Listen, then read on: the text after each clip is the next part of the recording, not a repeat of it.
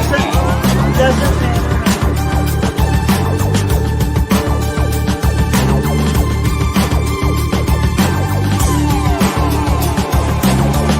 So what is it? What created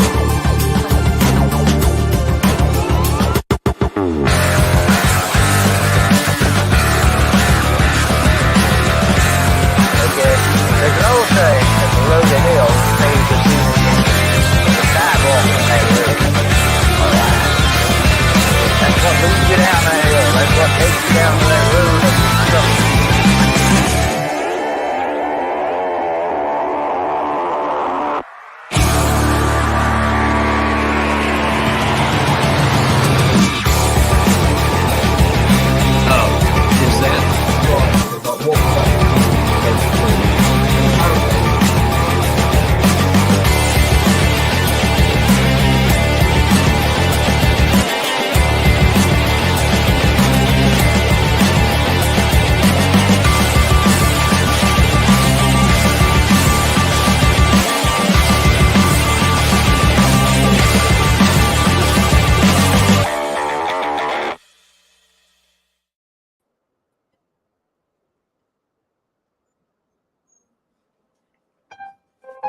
Welcome, everybody, to another edition. Hello, Crystal. Hi, Crystal. Hello, Gary. Hello, everybody. Happy Friday evening. Tammy Johnson, don't forget, this is for entertainment purposes only. All parties are innocent till proven guilty in a court of law. Hopefully everybody's having a good evening. What about you, Bob? Oh, I'm doing well. Had a busy week. Getting ready to observe the clips next weekend. So it's always fun. Yeah. So we are going to look at a case that was sent in from law enforcement for Jon Christopher Terry. Hey, Gene Hudson, Tess H, talking about fish and chips and hush puppies, I see. Yeah. So this case goes back to what, 2014? 2014. So what do we know about this case? Well, so, Jon Christopher Terry has been missing since October 2014. He's from Hillsboro, Texas. He's called endangered missing by the local law enforcement. He's male, white, born on March 1st, 1984. So he's 39 and a half years old. He was 30 when he disappeared. He's 5'9", 180 pounds. And he was divorced or separated. I can't remember which, from his wife. And he had custody of his children. And so he was last seen going to driving away on security cameras, driving away from a Wal-Mart in Hillsboro on October 17th. And he'd been running some errands. And he went in alone, bought pet food, then left, and has never been seen again. So there's a website called the Charlie Project, which has a page on him. And I really like this Charlie Project page. If you're missing, if I was missing, I'd want to be on this page, because they give the investigating agency their telephone number and all the links to sources for information about this case, which makes this a particularly good one. And I believe you got this from in a request from a policeman, or a police department. So this is a good police case. officer. That is correct. Yes. Yeah, read some information off that. Oh, okay. So, I will do it. So I just read the details of the disappearance. So there is a theory of the case that may be related to someone he bought a bed from. And he was sleeping on his couch at the place he was living with his kids. And he got in touch with somebody who wanted to sell him a bed, but the authorities and his family have no idea who it was, and no one has come forward to say that he was the person. So they found his car abandoned, low on fuel, but not out of gas. And they found blood spattered on the front door of his house, which was a remote cabin in the back of his father's property. So he lived there with his 2 young sons, and he was divorced from their mother.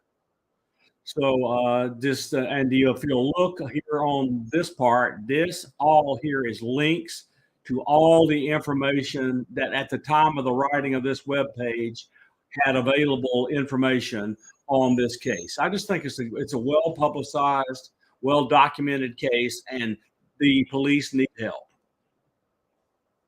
Yeah, well, it was very interesting. When I looked at the case too, it was saying that a father's devotion, it says Christopher Terry, sometimes affectionately called Jon, was not ordinary Texan. He was a custodial parent, tirelessly working to provide for his 2 young boys after his divorce for his mother. His colleagues at his workplace held him in high regard, recognized his expertise as a valued mechanic. The evening he disappeared, Abbott High School was brimming with excitement as the homecoming celebrations were in full swing. Right. As the clock ticked forward 6:30 p.m. on October 27, 2014, Jon embarked on a series of errands after wrapping up a day's work. And like you said, his final stop was a local Walmart where he planned to purchase groceries and pet food. And they got him on surveillance footage from the store, captured him alive and well at that specific time. Jon's attire the evening comprised of a black t-shirt bearing the logo of a jeans auto service, blue jeans, tan work boots, a watch, a blue Dallas Cowboys baseball cap.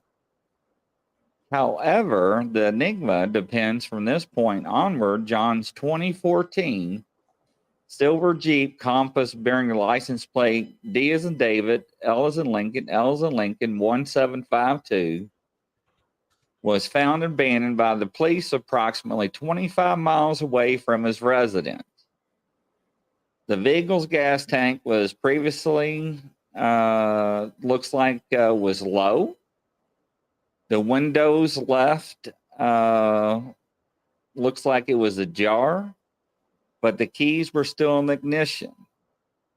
It also states, remarkably, Jon's work shirt, cigarettes, cell phone rested undisturbed on the front seat, while the pet food he just procured for Walmart remained untouched in the back seat. However, his wallet was absent. It says here the puzzling clues, and I like the way they say this, you know, how they articulate things. Intriguingly, law enforcement discovered a perplexing scene when they inspected Jon's home, and it said it's nestled in a remote corner of his father's property. There were telltale signs of a struggle, with small amount of blood splatter adorning the front door. The unsettling discovery suggested that Jon may have not made it inside his own residence. Furthermore, muddling the investigation, I like the way they use muddling, a photograph surfaced of a missing persons website hinting at Jon's presence on a Mexican street. However, subsequent investigations conclusively established that that individual in the photo was not Jon.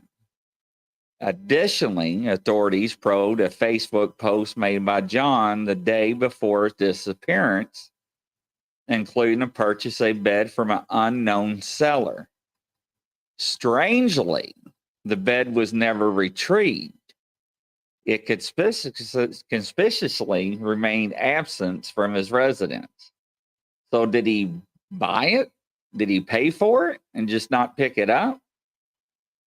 So it also says as the investigation unfolds, law enforcement remains vigilant, refusing to rule out foul play in Jon Christopher Terry's disappearance. And the case continues to be a source for concerns for the community, leaving them more questions than answers. Friends and family left gaping and grappling with the uncertainty, clinging to the hope that someday they'll uncover the truth with his vanishing. So what does that tell you? It sounds like, to me, he was at the house and he got jumped. And they staged the vehicle. Especially with the blood on his door. Sounds like it. So, yeah. I looked at some of those links and I could not find any description anywhere of where his ex-wife was. That was a question. So his father must have had some property for him to be living on there. Yep, said it was on a remote cabin on his father's property, so it must be small. Must not be a small place if it's remote. Gene Hudson, this reminds me of the parents that all the years that their son was killed by a guy who was helping and police really didn't do anything till later. Well, what's really strange, though, is that this was a case that I think somebody was working on and it just went cold. So somebody sent it in for us to look at. Well, we certainly have some good psychics that get clues from remote viewing or psychic impressions or whatever, or talking to his deceased spirit if he's gone. So I'm hoping they come up with something. So evidently they didn't find any trace evidence in the vehicle, or they would have stated that. So no blood, no tissue. Unlocked with the windows down. Yes. Science Bob thought was a respite from him. I don't know what that means. Neither do I. What do I think? Where it was, brought the bed and jumped him, threw in the back of the truck under the mattress and drove off. Now, Eric, that's not an unreasonable suggestion. Do you know, Eric, there was an altercation right at his front door because his blood was splattered on the door. Yeah, Tammy, I can't wait to see what Lala gets to and the other people. Yep. Yeah, their last show, they all contributed stuff that I think was valuable. Oh, a retreat or a vacation, Amy says. Yes.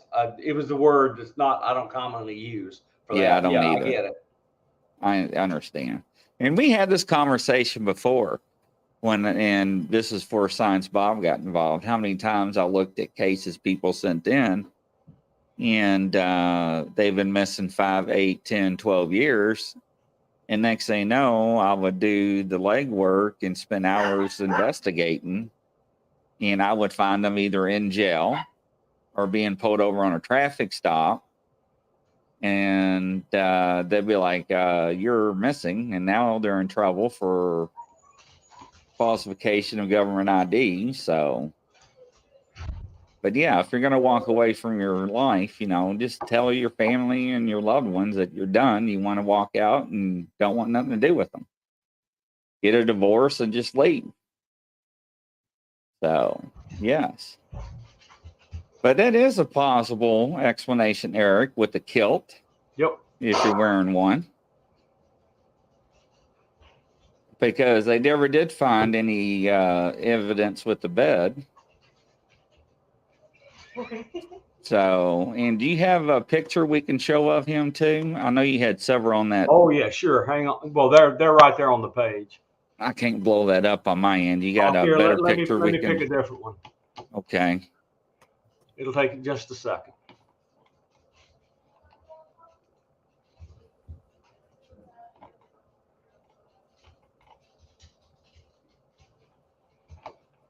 All right, I'm going to stop sharing that one and share a different one.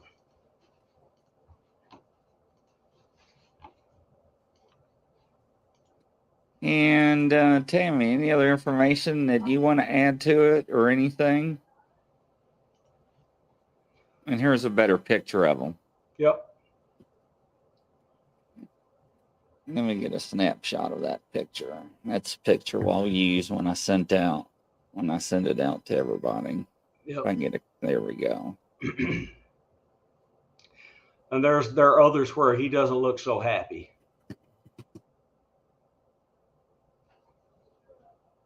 But other than that, ladies and gentlemen, there's really not too much more information on this gentleman.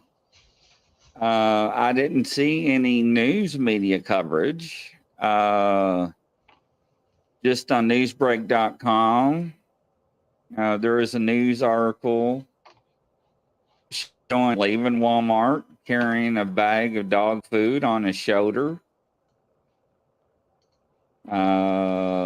But the same information. It says a neighbor spotted the SUV that morning, thought it looked odd. Later that morning, they contacted the police about it. The windows were rolled down, the keys were in the ignition. So, share this once again, it looks like probably the vehicle was staged. Yep. I think that's a good picture. Yeah, let's use that one to send to everybody. Let me get a picture of that one.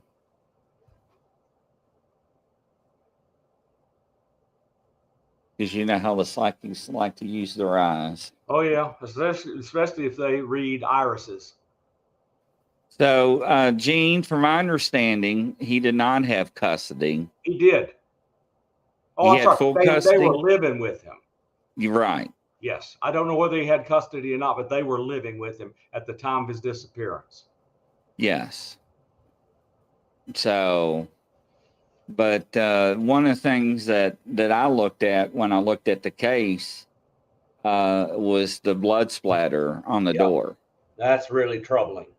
That shows me blunt force trauma. Yep. So now they didn't show the blood spray pattern. Exactly. I mean, you know, these crime scene investigators, they can get a lot from the spray pattern, like the velocity of the hit, the kind of tool that was used, whether or not it was a bullet or a blunt object.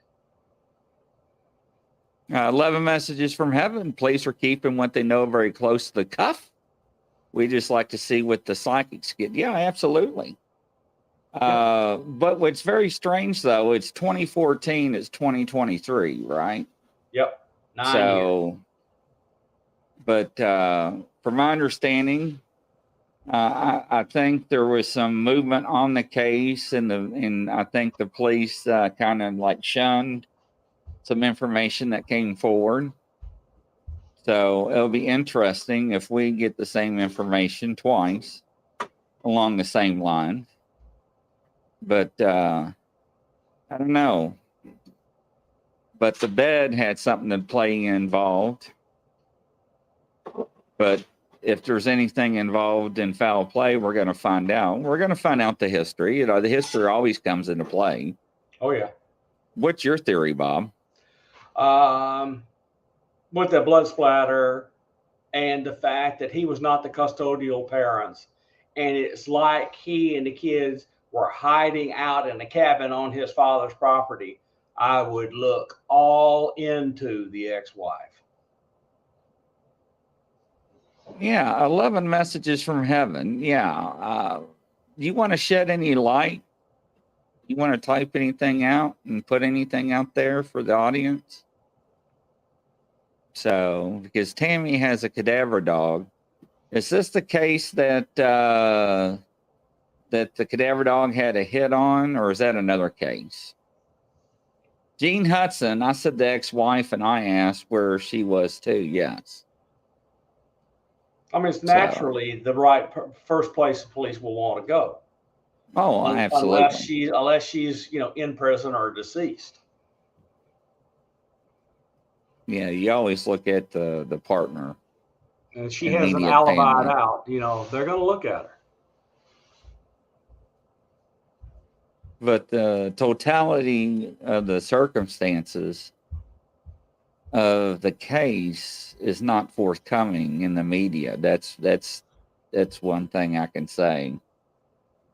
The issue, the one kind of discordant thought I keep having is, if he was attacked on his front porch and that produced the blood spatter, why come the little boys didn't know about it? Because there surely would have been some kind of racket. And it's a little cabin. It's not a mansion. See, I want to know too, where were the boys when he was shopping, right? I think he left them alone at the cabin because there were remarks in two different places that he would not have just left those boys there alone and run off. So yeah, so there's a lot of unanswered questions that need to be answered. Yep.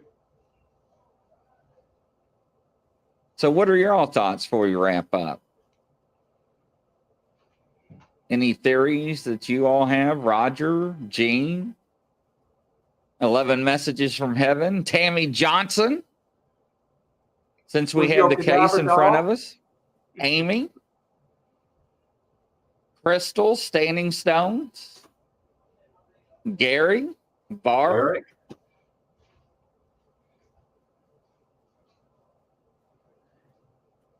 Tammy Johnson, yes, my dog hit. So yeah, so that was the picture underneath the power lines, wasn't it? That you sent me underneath the power line. Isn't that what I got?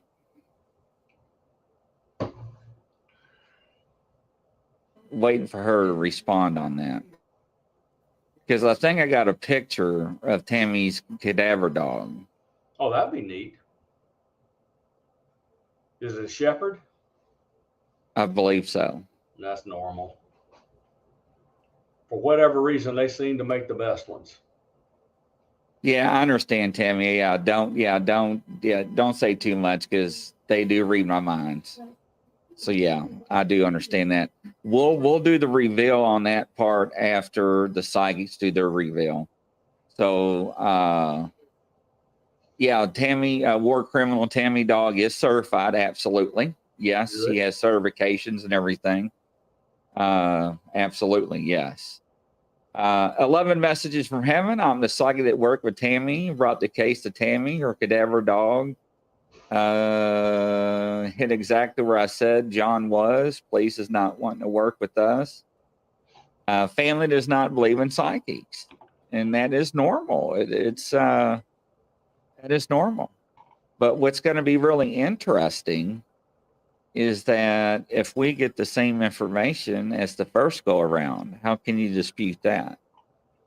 So,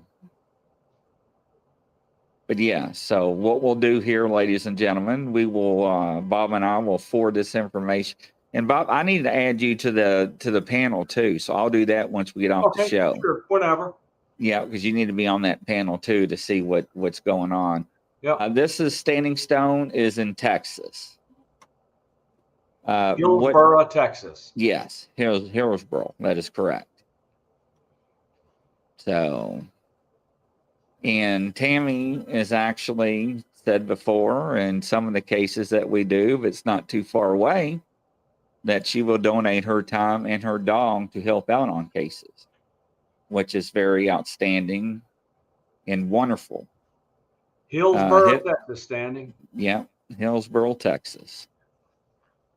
So we'll wrap this up and we'll get the information sent out. And ladies and gentlemen, we'll call it for the night and we'll catch you on the next show at 9:00 Eastern time.